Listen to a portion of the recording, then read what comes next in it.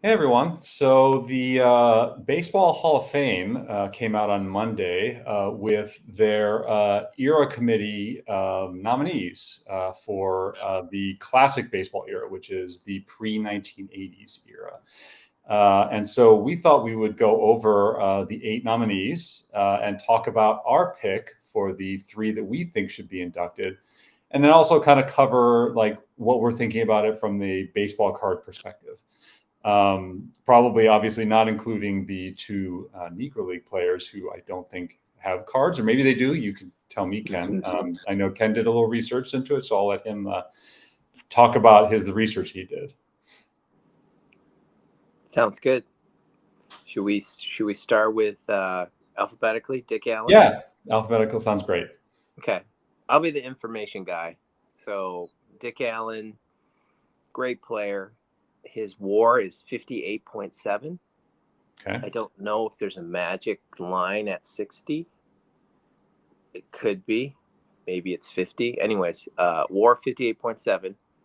He's done one of these things that I find interesting, which is Rookie of the Year and MVP. We talked about that in a previous episode. Like, I didn't realize that. 64 Rookie of the Year, 72 MVP. His OPS is 912, which is pretty good. Good. Especially in the era that he played in. 7-time All-Star and 351 home runs. No Gold Gloves, no World Series. And so that's those are his credentials. I did also a little digging into him because actually he's one of the 3 who I picked, who I thought should be inducted. Interestingly, I noticed in his stat line he had 4 consecutive years with 10 or more triples. Wow, which is unusual for a power hitter. And I did a list. His career total was, I believe, 79 triples. And so I looked up I was thinking about like how many guys have more than 350 home runs and more than 75 triples. 18. Including him, there are 18 total players. Wow. All of the other 17 are in the Hall of Fame. Oh, wow. So that to me says something. That does say something. That's a great ESPN stat you just gave. A little pull. Yeah. So Dick Allen is one of my top 3 also. He was number 3. He was like right on the border for me. In terms of baseball cards, he has a 1964 Topps. He shares it with another player. I know some people like that. Some people don't care. Right. You can get a nice raw version of his card anywhere from $20 to $40. Huh. So pretty reasonable. I didn't look up the graded ones for these cards. I'm more into the raw vintage these days. So, but yeah, he's on my list. He made it. Yeah, I believe he passed away a couple of years ago, or 3 or 4 years ago, something like that, which is unfortunate. Yeah. Which I think will have an effect actually on who people pick. Yeah, it can. I know that it can have that effect. Yeah. Okay. So next on our list is Ken Boyer. I feel like Ken Boyer is on every, didn't quite make the Hall of Fame, or as my son likes to say, Hall of Good, or Hall of Very Good. Right. His WAR is actually higher at 62.8. His OPS is very good, also 810. Okay. But, 100 points lower. He was an MVP in 1964. 11-time All-Star. Yeah. That says a lot, I think. He has 282 home runs, 5-time Gold Glover, and 1 World Series in that magical year for him, 1964. Then the last thing is his raw card is a 55 Topps. It's one of those horizontal. About $30 you can get a raw. That's like an average price for his raw card. I mean, that's pretty good for 55. I mean, yeah. For a potential future Hall of Famer. So yeah. Yes. I looked. He also has 4 top 10 MVP finishes. I know he had 1 MVP victory. And he also had 1,100 plus both runs and RBIs in his career, which is pretty good for, you know, someone who, I don't remember how long his career was, but yeah, his 62 WAR obviously speaks to something about his career. Yeah. Consistently speaking. Yeah. So for me, he doesn't make it. He's not in my top 3. He's number 4, and I agonized between him and Allen. And where it came down for me was Allen was a rookie of the year and MVP. His OPS was 100 points higher. He has more home runs, and it just felt like Allen was more impactful for how he played in that time period. I think Boyer is one of those like steady, consistent players that don't get a lot of attention, except for that one year when he won his MVP. Yeah. But you got to cut somewhere. So he's number 4 for me. Yeah, kind of like a Dwight Evans type of player. Yeah. Always does the same kind of thing, and no one ever really thinks about them. I didn't rank them 1 through 8, but he did not make the cut for me either. And I mean, I think part of it probably is like, if I had been around when he was playing, maybe I would have thought differently about him. I mean, obviously Dick Allen wasn't either really for me that much, but Boyer's just so far removed from kind of my, you know, experience as far as like watching. So it's hard for me to give a gauge. So yeah. Anyways. I know if you look across the 8 players, it's like there's Boyer, who was, you know, in the 50s and 60s. Then you have like a peer group. Then there's Allen, but then Garvey, Parker, Tommy John, Louis Tion were all playing in the 70s, kind of in the same cluster. Some late 60s, most in the 80s at some point or another. Yeah. Yep. So next up on the list is John Donaldson, who I didn't know until this. So kind of appreciate from a historical standpoint being able to like read about him. Apparently he played for like 30 years. Crazy. And one of these things that I find impressive is he was a pitcher and a center fielder. Wow. So it's like Shohei before Shohei kind of thing. Yes. Or Babe Ruth kind of, whatever. So, but mainly a pitcher, left-handed pitcher. You know, the statistics are not as clear, but somebody had gone back and said he won 420 games. And 420 and 169 losses. So wins more than 2/3 of his games. His ERA would have been 1.37 and was a real strikeout pitcher. So 18 batters per game on average. So that's 2/3 of the batters he faced, he would strike out. So my goodness, I just saw those stats and I put him number 1 on my list. I was like, that's so dominant. And then I'm wondering, how come his name isn't talked about more in terms of the greatest Negro League players? Right. Yeah, it was funny because when I looked him up on Baseball Reference, his WAR is like 3.4, but that's all they have as far as like their statistics. And so it's like, well, that doesn't tell anything about this guy. Yeah, and so exactly. I dug in a little bit and did find out. I mean, I didn't see that article that you referenced about his, like what they thought he was going to, you know, his 420 wins, whatever. So that's amazing. I mean, all I saw was like basically, he's one of the best left-handed pitchers in Black baseball history. So that says something, certainly. And I mean, I initially, we talked off camera, like I initially had like my 3 kind of set, and like finding out this about Donaldson, this to me says, no, I think he should be one of the 3. Yeah. I mean, and it feels like since they have 2 Negro League players on the ballot, they will pick one. Right, at least one, hopefully. Yeah. The other thing I learned about him, which is kind of cool, he's the first full-time Major League scout, African American Major League scout. So he broke a barrier. You know, it was with the Chicago White Sox. White Sox, right? Yeah, I did read about that. That's right. Yeah, so that's kind of cool. Yeah. Yeah. So yeah.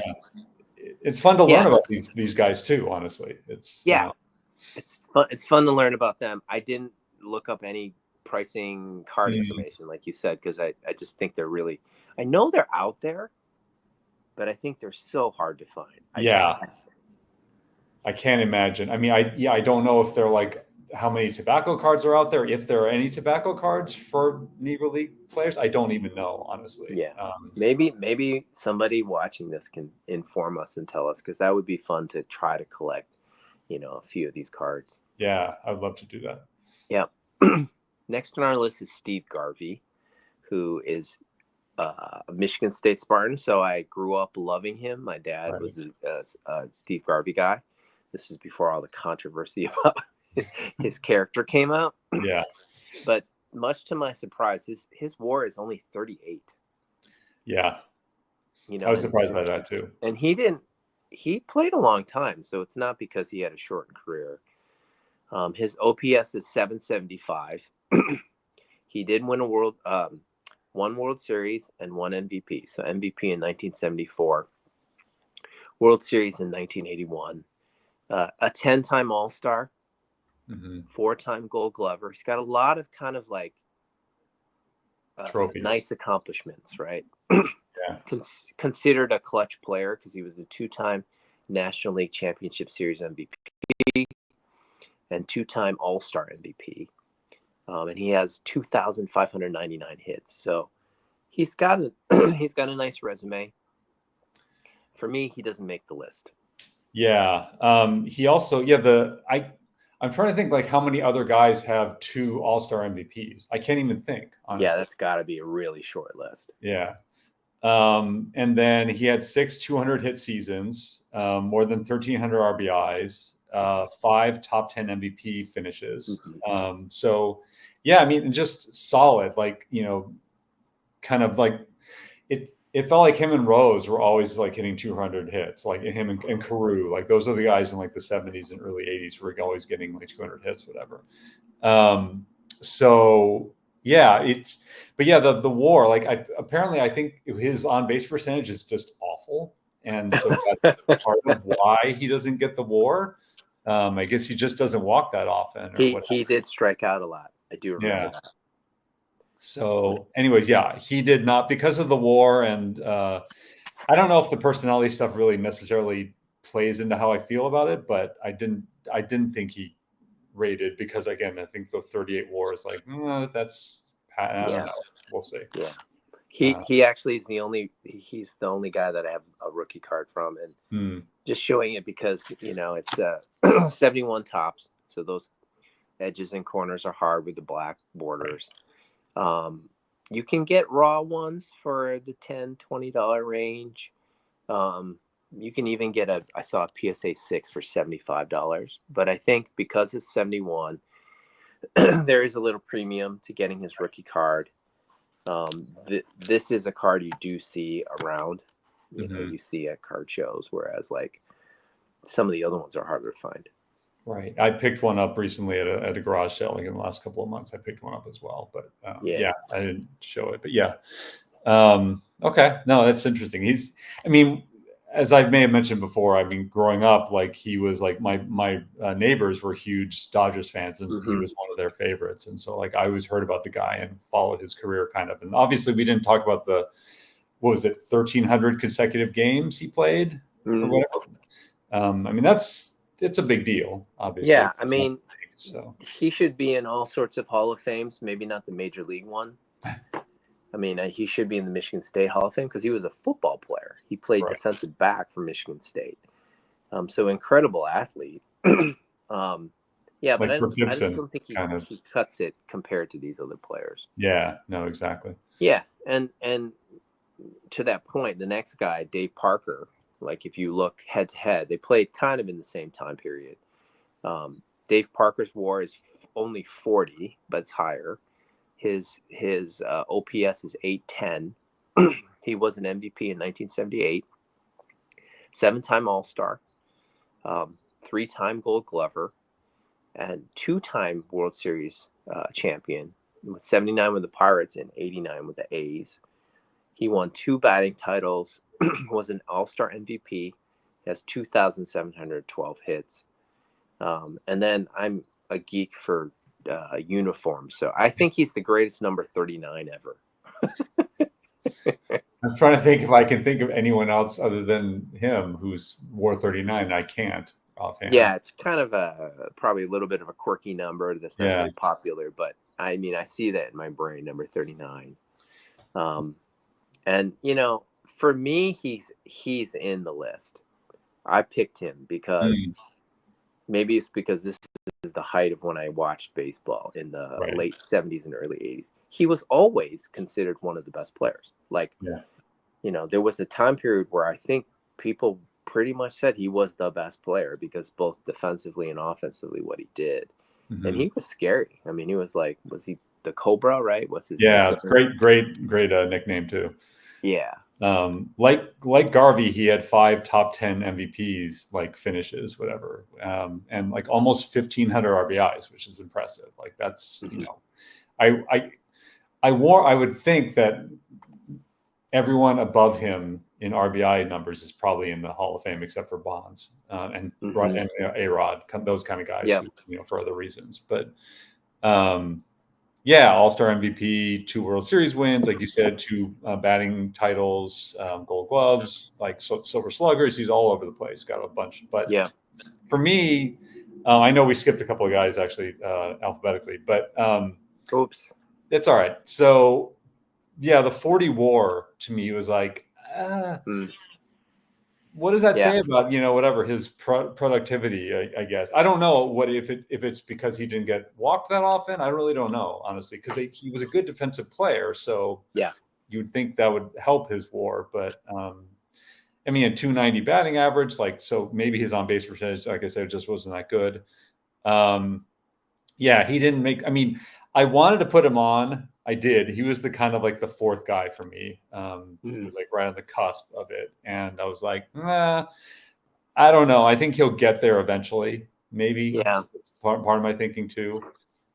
I just think I'm just biased by the players that were like considered the best players in baseball, during my youth. Like Dale Murphy, I still think should be in. I haven't even looked at his WAR, but I just like, because of how good they were. Him and Mattingly for me, like Murphy and Mattingly, both, like they need to be in the Hall of Fame, even though I know Mattingly's career was abbreviated, whatever. And so, but that it's true. It's like there's that bias. It's like these guys are the best in the early to mid 80s, whatever. So yeah. So next on the list is Vic Harris. Vic Harris, I know the least about. Yeah. I know he was a great manager. I think he's on the list for his managerial accomplishments. He won 3 World Series in the Negro League. He won 9 National League pennants in the Negro League. In a row, I believe. Oh, okay. That's amazing. Yeah. I know he coached the Homestead Grays. But I know that's all I pretty much know.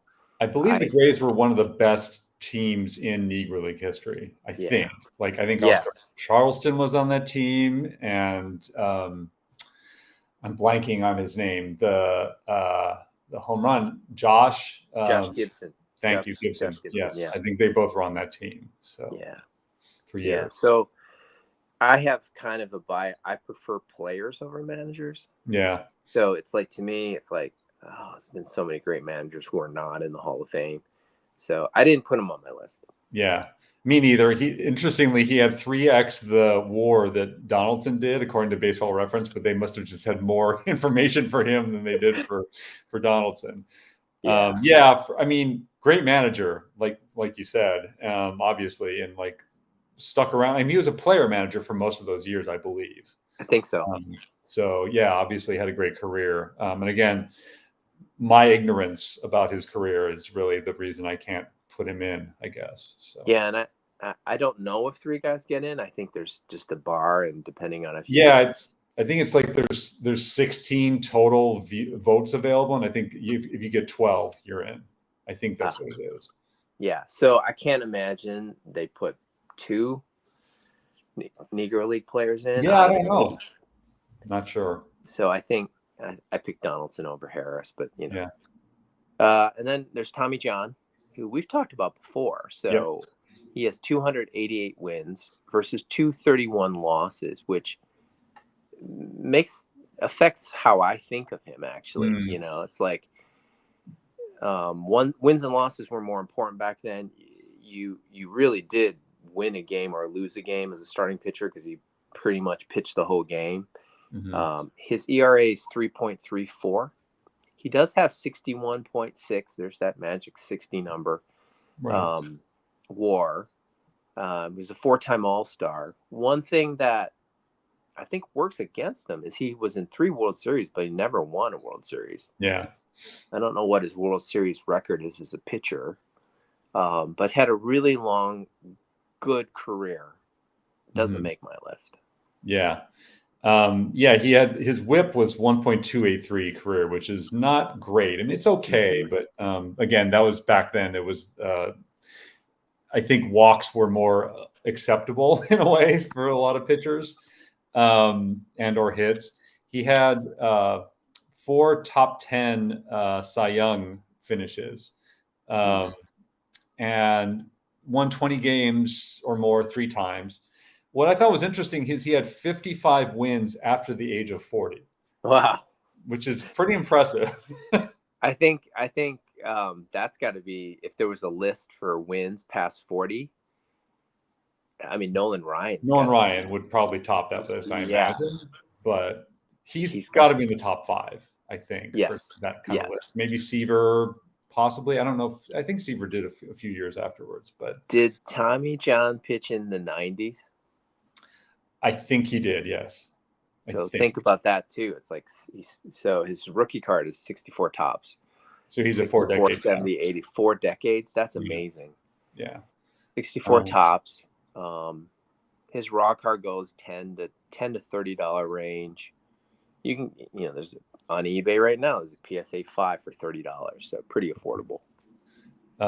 So yeah, so I initially had him on the list, but I think I'm going to take him off in replacing Donaldson with him. I'm trying to remember. I think I probably, in our initial video, I think I said I think he should be in the Hall of Fame. Yeah, I think I was wishy-washy, but I think I put him in too. Yeah, I mean, a lot of it probably has to do with the notoriety of what he's, the surgery, whatever. Yes. Like, it's kind of like the Curt Flood thing of like why he should be in the Hall of Fame in a way. Yeah, I know. There's outside of the on-field accomplishments that might put him in, right. But I think this is useful because when I looked across the 8 players, and if you have to pick a couple, he to me was one that I didn't put very high on my list.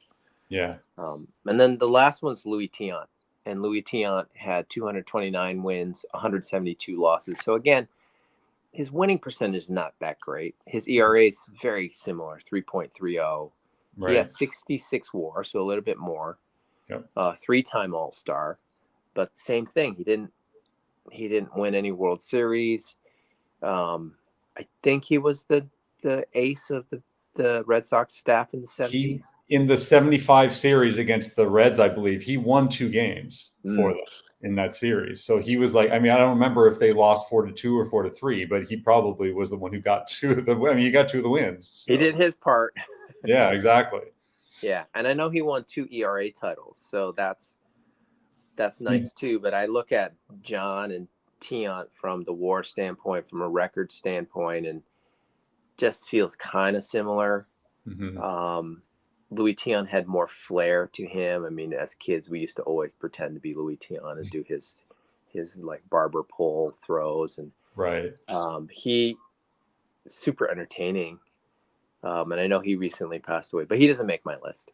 Yeah, I mean, those 2 ERA titles, both of them were sub 2 ERAs too. Like one was like 1.9, one was 1.6. I mean, it's impressive. I think it was late 60s, early 70s, so it was like around that time when a lot of pitchers were getting good stats, but it was impressive. He didn't win a Cy Young though, I don't think. No, he had 3 top 10 finishes, and he was a 4-time 20-game winner. And actually, interestingly, 2 top 10 in the MVP, which is unusual for pitchers, obviously. So I thought that was interesting. His whip was also 1.199, which is, not great again, but better than Tommy John. Yeah.